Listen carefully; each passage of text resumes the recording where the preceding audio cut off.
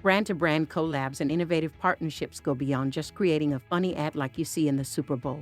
That's creative, but that's ephemeral. It's art. These collabs that are being built today are conceptually interesting. They're not just visually arresting. You're like, wait a minute, what's that? It catches your attention. Brent, tell us about today's episode. Ruth, we interview Scott Moore, who is building solutions where you don't have to be Jay-Z or the CEO of Nike to do a collab. That's right, Brent.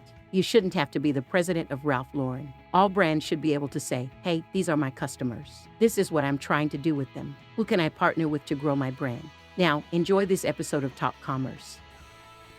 Talk Commerce is brought to you by Content Basis. Have you tried machine learning programs only to find they give you repetitive garbage or worse, information irrelevant to the context of what you asked for? Do you know if the content that you're using on your website is even performing? Content Basis exists to analyze, create, and measure the content that is crucial for your product or service. Content Basis analyzes your website analytics to learn what is performing well and what is not. We dig into your search history to discover what keywords people are using to find your product and services, and what keywords people are using to find your competitors' products and services. We create a content plan to help you deliver content that wraps around your most vital products and services, and then we track the performance of this content, reassess it, and make it better. Go to contentbasis.io to learn more. The open beta program is available to new users. Go to contentbasis.io. Talk Commerce is sponsored by Haifa, or as the Europeans say, Hoofa, or the right way to say it. Hoofa is rapidly becoming the biggest Magento front end after Luma. For those who don't know it, Luma is the basic theme that comes with Magento, and it is giantly slow. If you're looking for a template-based front end with the fastest loading times in the e-commerce industry while saving costs on development time and hosting infrastructure, Hoofa is your best option. Everybody loves a fast site, including Google. Improve your Google ranking and conversion rates and make your customers happy. Learn more at hyva.io. That's hyva.io. My name is Brent Peterson, and I'm your host. Please remember to subscribe wherever you download your podcasts. And now, Talk Commerce. Welcome to Talk Commerce. Today I have Scott Moore. Scott is the CEO and co-founder of Collaboratory. Scott, go ahead, introduce yourself. Tell us your day-to-day role and maybe one of your passions in life. Sure. Well, thanks a lot, Brent. It's great to be here. Yes, I'm co-founder and CEO of Collaboratory. Collaboratory is a venture-backed startup that is looking to unlock and unleash the power of brand-to-brand collaborations in a kind of a fundamentally different way.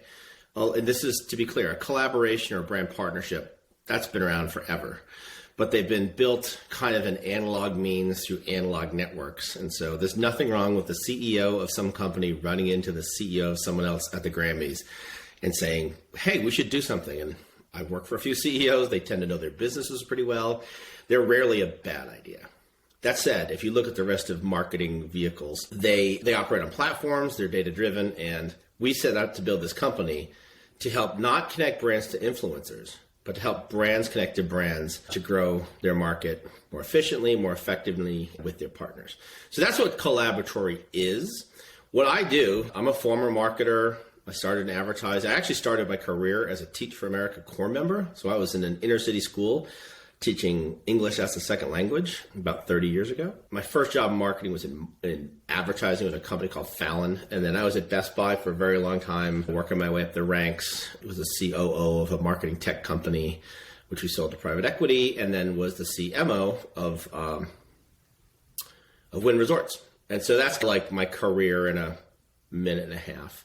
The job of CEO is really interesting. I think the deeper I've gotten to my career, the more I want to spend time bringing my whole self to work, which is I don't just want to speak from the marketing communications perspective or from the marketing data perspective or just as the general manager or P&L holder. I've always been around starting and creating new businesses, new ventures, whether they're social or for profit. And the opportunity to launch a new business with High Alpha and with my partner, Brian Bispola, was just remarkable. And it has been a ton of fun, but it's been everything you'd expect from a startup. Days of joy, days of, what are we going to do about that? And it's been really rewarding. So my job is simplified. I'm accountable for everything. I'm accountable to the board. I hire the team. Talent is really central. What's the proposition? Are we properly funded? Do we have enough capital? Are we growing revenue appropriately? And are we doing something that's of consequence that will scale? And so that takes any CEO, whether you're the CEO of Best Buy or Win or of this mighty band of collaborators, that's the job. Find great people, bring them on board, enlist in a journey worth taking, define a big space where such that if you win, you really win, and then go build products and experiences that meet your customers' needs. And so that's my job. Yeah, you've already seeded me with hundreds of interesting topics, but let's try to stay on the collaboration topic. Before we get started, I did ask you if it would be okay if I told you a joke, and then all you have to do is say if that joke should be free or if it should remain in the public domain space. So fair enough. I'm going to tell you a joke. Just tell me free or charge. So what happens if someone slaps you at a high frequency? It hurts. Yeah, I think that should be free. We do a lot of value targeting at work to figure out value targeting in our work to see what's worth it, what's the cost benefit analysis, and I think that definitely remains in the free. Yeah, bucket. thank you. I'm not sure if you put in a sound. No, I should. I've been thinking I should have been. Or some. Yeah, actually, I used to do that. I used to say the joke in the preamble, and I'd have a little laugh track that goes on behind it. But then I decided to just start telling the joke to the listeners, and I get your reaction and the silence. Yeah, you got a live reaction, but I would not pay for that joke. Good. Silence is golden. A couple of things. We're an Adobe partner, my day job, sure. And the Magento Imagine was at the Wynn Casino for years and years. And I'm assuming the Wynn is the same one, right? Wynn Resorts? Correct, yeah. Wynn now operates Vegas. Next time you're in Boston, there's a property called the Encore Boston Harbor, which is as if I was joked. It's as if Steve Wynn actually grew up in Everett, Massachusetts, which is like a hop, skip, and a jump from downtown Boston. And I always joke, it's like Steve Wynn went out there one day, I don't know his background well enough, like to meet his family or something, and he left his credit card at the place, and he left the Encore. Like, there's a full-on Vegas-style hotel at Wynn level of execution, 5 minutes from downtown Boston. That's awesome. So they've got that. They've got Macau, very big operator, and just really one of the world-class companies that I've worked for. What they do, the culture they've built, the level of excellence is really incredible. But yeah, it was the Wynn, and I'm glad you went. You should go. Next time you go, they've done so much. The new conference facility, it's insane. Yeah, the last time I was there was in 2019, and then I was at the Wynn. The one in Macau is a mini Wynn. It looks just like the one in Vegas, but it's at a smaller scale, so I've been to that one as well. Look at you. Very impressive. Good. So I do want to talk about collaborations today. I think we have a lot of topics. We could also talk about entrepreneurship and getting funded. And yesterday I was at an entrepreneurship lunch where we talked. I was sat next to a venture capital-backed company who is going for his second round Series of funding. B. Yeah, wow. So, good for him. But I'm really interested in the collaboration space, and Andy Heddle has been helping me get informed and learn about it, and I think he's the one who arranged for this for us to talk today. But tell us a little bit about the traditional model of brands collaborating, and it's more than just having your JBL stereo in your Pontiac Sunfire, right? Correct. So we think about brand-to-brand collaboration. So there's two things. It's what's become really popular of late are collabs. So two brands coming together, brand one, an X in the middle, and brand two. And then there's traditional brand partnerships. And so I've done brand partnerships. The first ad I worked on was a partnership between Coca-Cola and Nestle. In my first few months at Best Buy, there was what would be considered a partnership then, a collab now, between McDonald's, Monopoly, and Best Buy. It was very strategically constructed. But even something as big and as powerful as McDonald's, Monopoly, and Best Buy, it came to light through what I said before. People knew each other. It's proximity, it's existing relationships, or it's serendipity.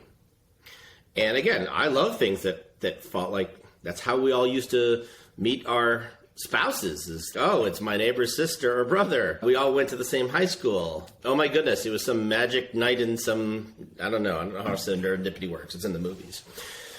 And that was the construction method. And that doesn't fit to a 21st century world or 21st century marketing in any way. The way we solve that is interesting. So you think about these complex human problems. How do I meet and find the right solution? That's an age-old question, solved in those three kinds of ways.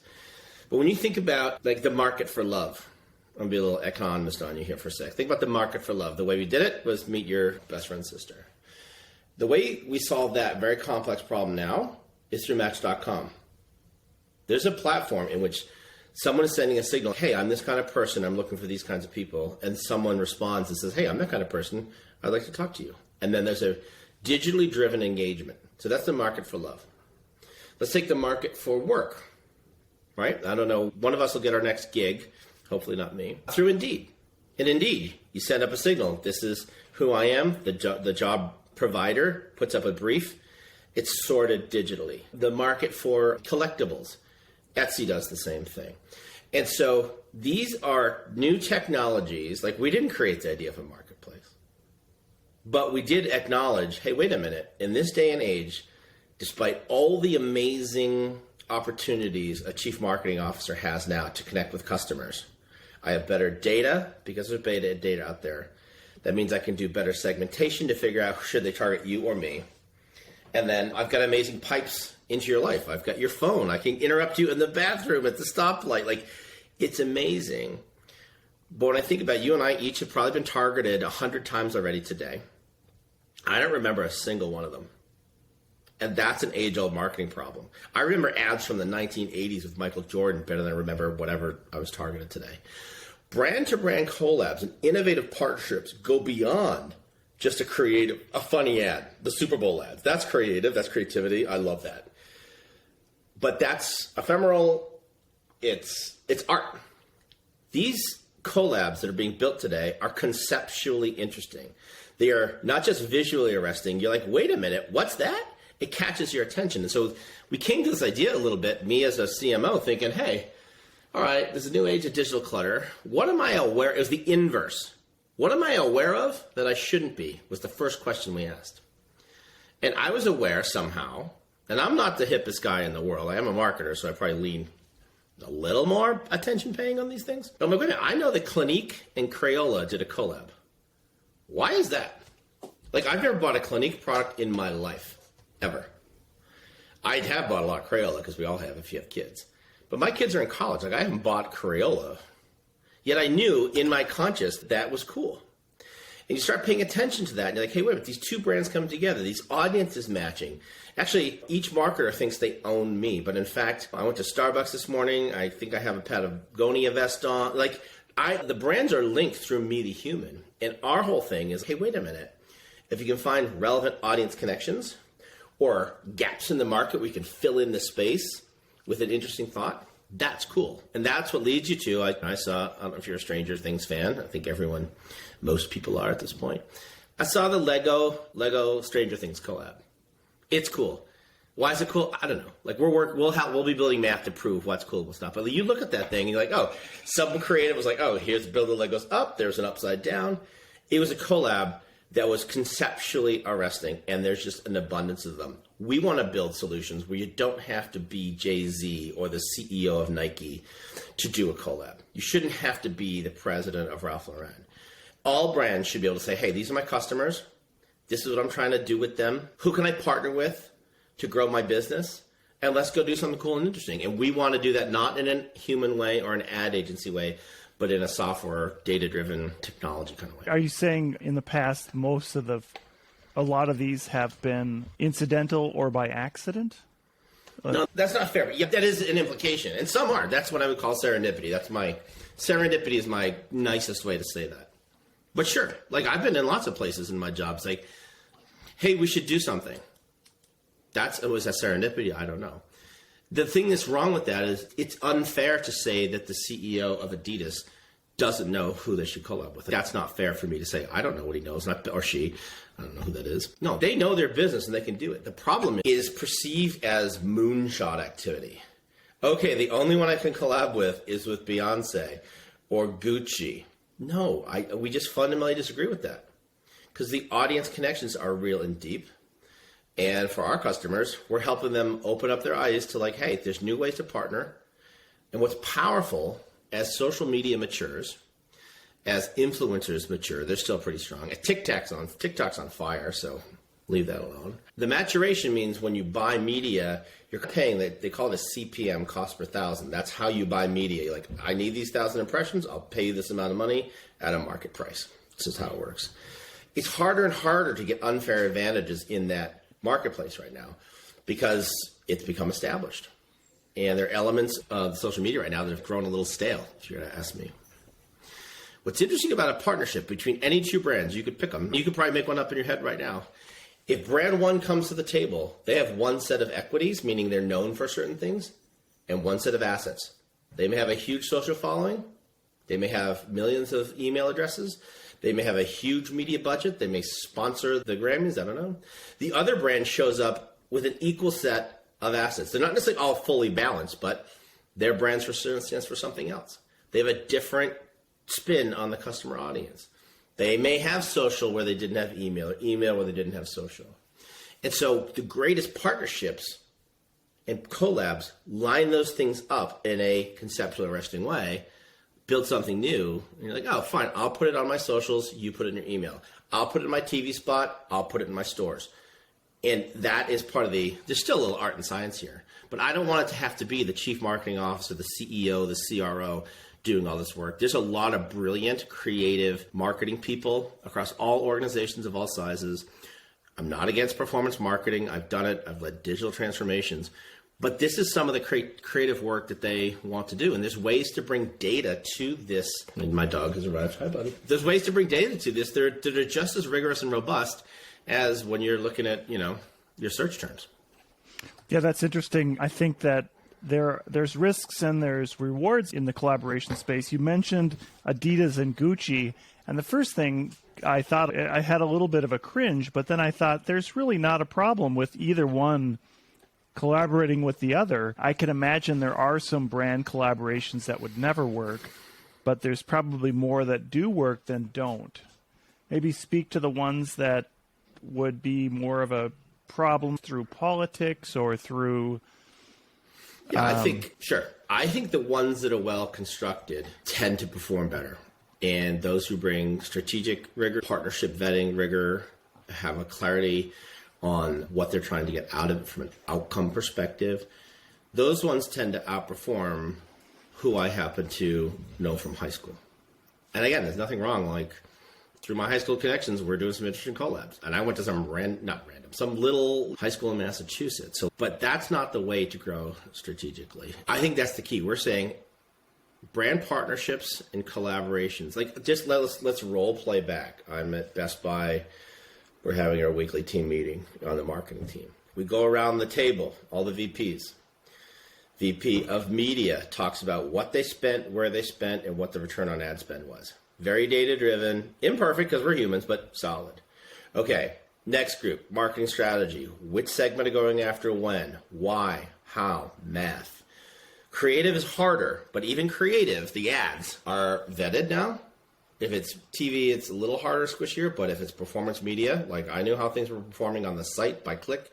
Okay, we're moving our way around, et cetera, et cetera. You get to the sponsorships, partnerships, people. They're like, hey, we have an opportunity to partner with the Rolling Stones.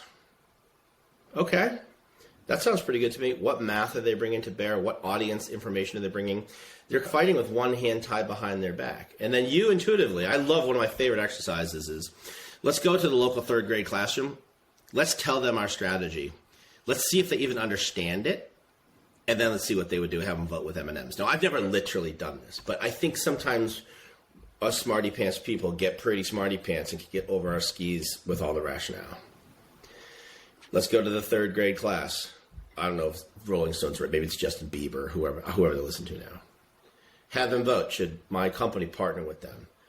And they would be able to deduce. There's a difference between the Rolling Stones and Justin Bieber, and a difference between athlete A and athlete B. And so There's a little bit of that, but it's instinctive, it's intuitive, there's no math. Let's go back in the future. Someone comes in with collaboratory, same team meeting, same thing, and we're like, hey, let's look at the Rolling Stones opportunity. Here's their audience. It's been vetted to the same level of detail as the media team. There's a core rationale, and then the executive teams are making solid decisions on Nike, high bar, anti-plastics, shampoo that is on our platform. I just want good decision making, and I believe over time, better decisions compound in a positive way, and you do need a different solution than they've got today. Do you think Collaboratory is uncovering these opportunities that have always been there, or do you think that the collaboration space is rising right now? Great question. I think the collaboration space is rising based on what you're seeing. It's a little bit more coastal, big city, candidly. So if you land in New York or LA, you're going to see brand 1, brand X brand 2, Chicago, Atlanta, Houston, etc. So it's growing. I think what you're seeing is it's emanating from culture leading categories like sport, music, culinary, fashion, of course. I think what we're doing is our thesis is, hey, you don't have to be a fashion brand. You don't have to be whomever. Doesn't matter. You Bad Bunny. Doesn't matter. Like, you don't have to be a fashion brand to do this stuff. So I believe that. What's the second part of your question? Sorry, that was the growth of it. You had some further. Yeah, I'm just wondering if they've always been there. Oh, they've always been there. Yeah, sorry. I just spaced. To a degree, they've been there, but I don't think they've been viewed. They've been viewed tactically and opportunistically, not strategically. That's what I think. Yeah, I can remember in my past life or previous work, I worked with AB InBev. We toured a facility down in the Dominican Republic, and they were a rum brand, and they had a partnership with the Boston Red Sox, and they had, I can't remember somebody's uniform. Really? But that was one of their collaborations, was with a baseball brand, probably because they have some players on the team that were Dominican. And by the way, the Minnesota Twins have always had a lot of Dominican players. But sure. Anyways, is that a good example of a collaboration that would be strategic rather than opportunistic, or both?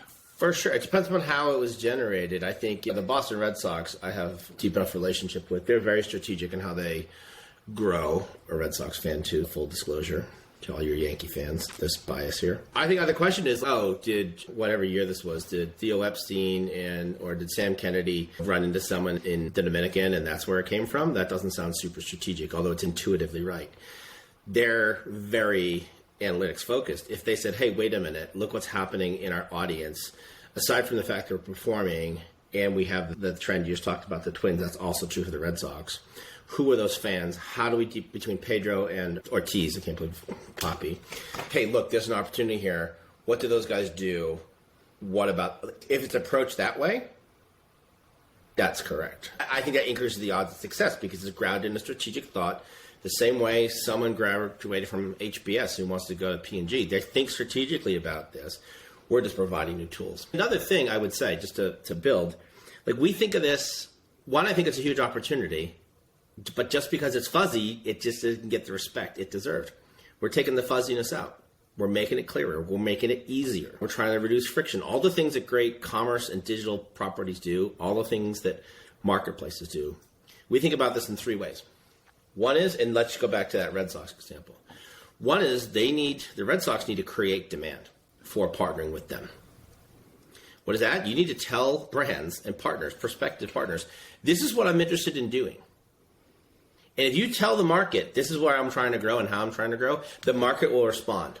They won't respond perfectly, but markets, not just market, but markets work this way. Adam Smith, The Mystery of the Invisible Hand. Like, this is how things work. So one is create demand, and we have tools to help you do that. Second thing we do, which is really interesting, and it was actually Andy Heddle who drove this, we help brands capture demand.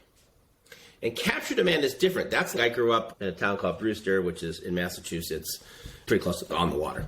That was not fancy, but we did live on the water. Everyone thought we were friends with the Kennedys. No, I pumped gas for rich people. But when you live near the ocean, things wash in off the ocean. A lot of it's bunk, but some of it is interesting. There's messages in bottles or whatever. The problem is brands and leaders don't have the capacity to capture what's coming, the inbound. And so we have a simple tool called Partner Capture Tool that gets put on in people's emails on their websites that says, we're open to collab, partner with us. And that information is sent to Collaboratory first, because when you're in chair and you're the CRO or the CMO, the CEO or the VP or the director of whatever, you've got a lot on your plate. A lot. The last thing they want is an email from Scott Moore saying, hey, I think I can help you. They're busy. They owe something to somebody. We take all this demand, capture it, organize it so they can go through it quickly the way they go through their dating app. The dating app, you're like, nope, yup. Hold on, I think that one's good for me. No. And we try and mimic that, and we call that the perfect inbox, perfect partner inbox. That's how I think it should be. And then for the good stuff, we move forward with the partners.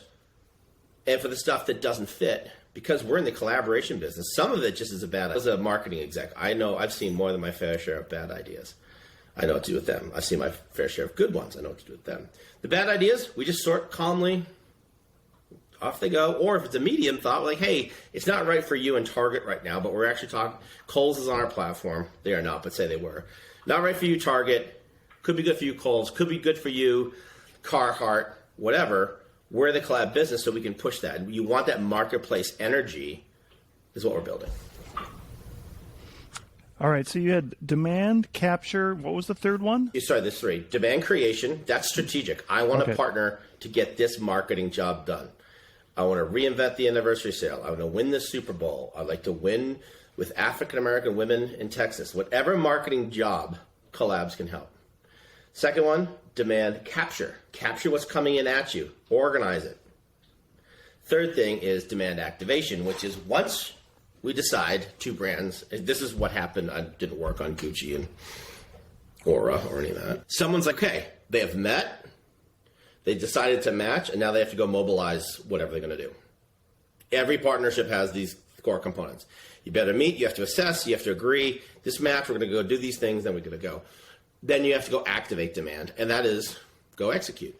And where we stop at the moment is because these are two brands, not everyone in the world, someday there can be 10,000 brands on this platform, and it's going to be a live ecosystem. We're not there yet. We're a startup, less than a year old. I don't know who has what capabilities. I'm pretty sure Coca-Cola can do something in stores better than I can. And so Coca-Cola, if they're the partner, should drive that piece. I think if Netflix is part of this, Netflix probably has better content creation. I know the guys at Roku, they've got a remarkable content studio there. The guys from Funny or Die now run that. Clearly, they should be making the content, not me.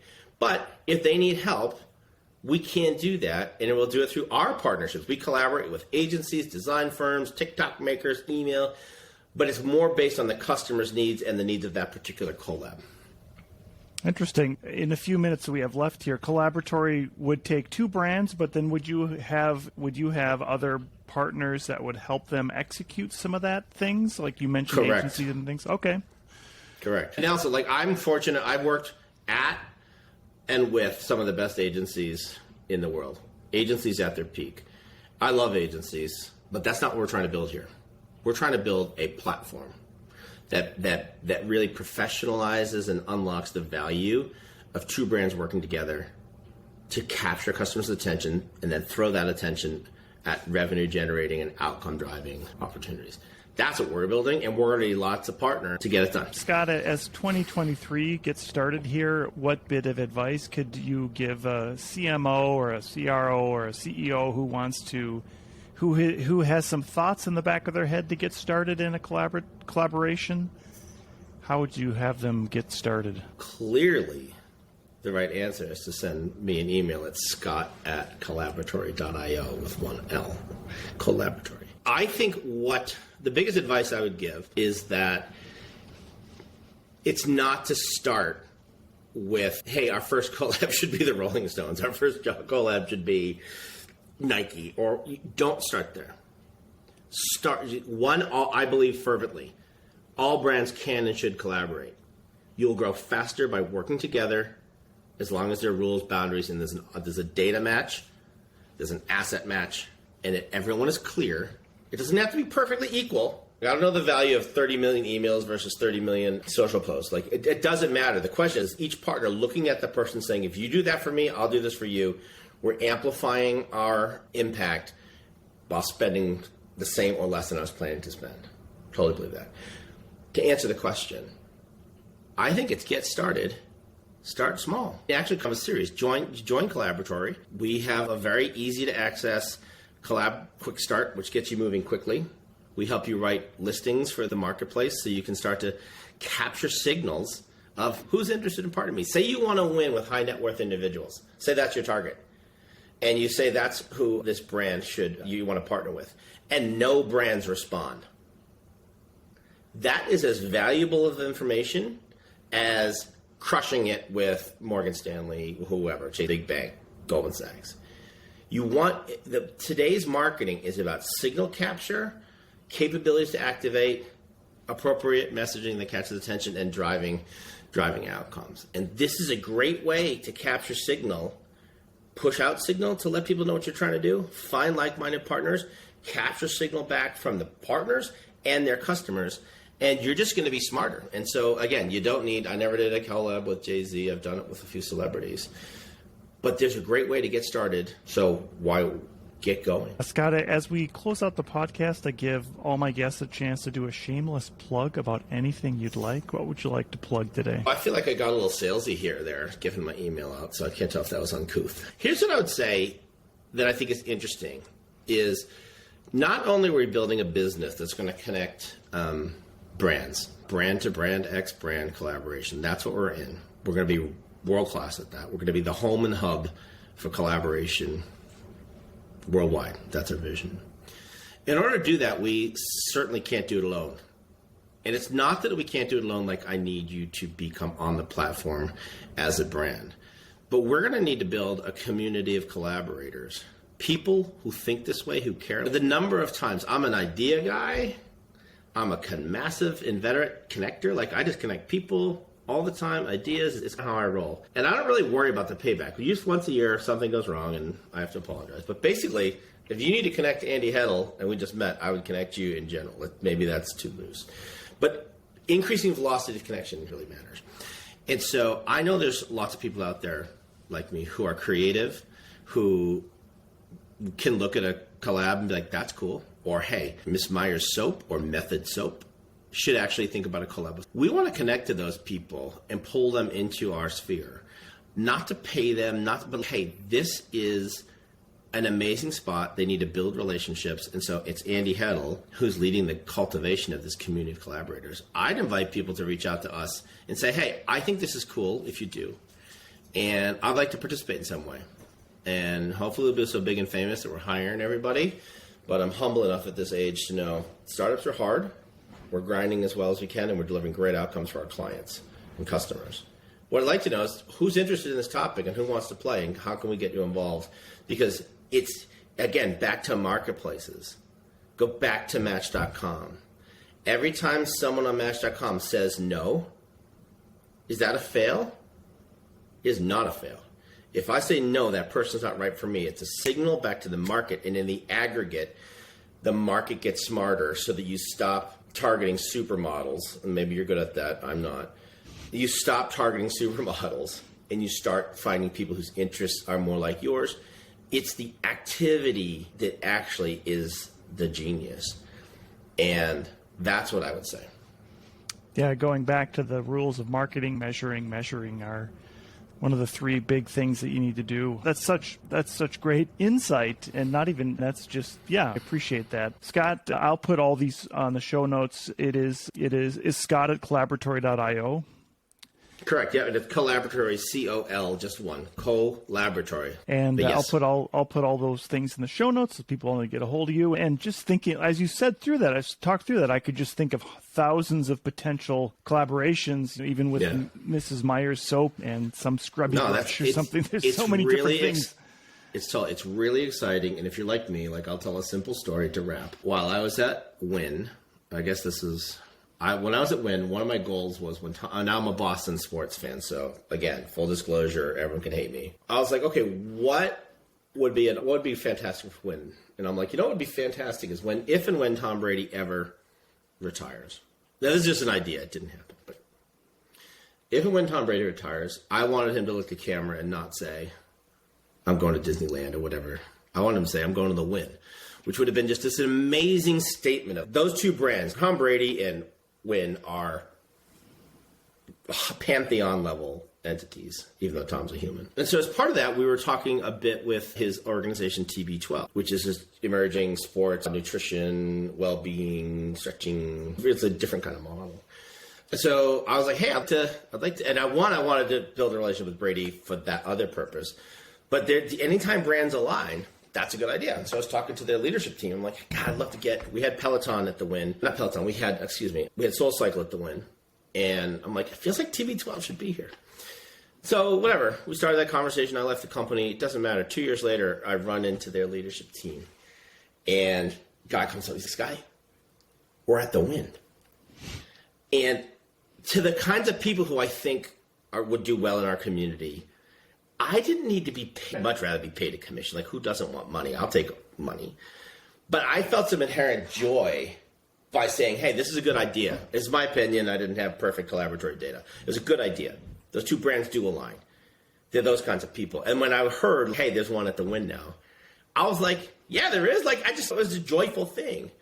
And I think we need that to the nth degree in this space, which is take this seriously, use data, use a platform, pay it forward in this, and trust that you're going to meet more innovative people, touch innovative stuff, open up opportunities for your brand. This is a big vision compared to whenever the first folks created Monster.com in 1995 or whatever for in the labor market. But great, thank you so much for your time. I really appreciate it. It's great what you do, and thank you. Yeah, thank you, Scott. Have a great day. Okay, adios. Thank you for making it to the end of this episode of Talk Commerce. Please rate this episode wherever you download your podcasts. We are actively looking for people to participate in the Free Joke Project. Go to talk-commerce.com and sign up for your free spot on the Free Joke Project. If you are a business, I will do a 30-second elevator pitch in the spot to help promote your business. That's talk-commerce.com.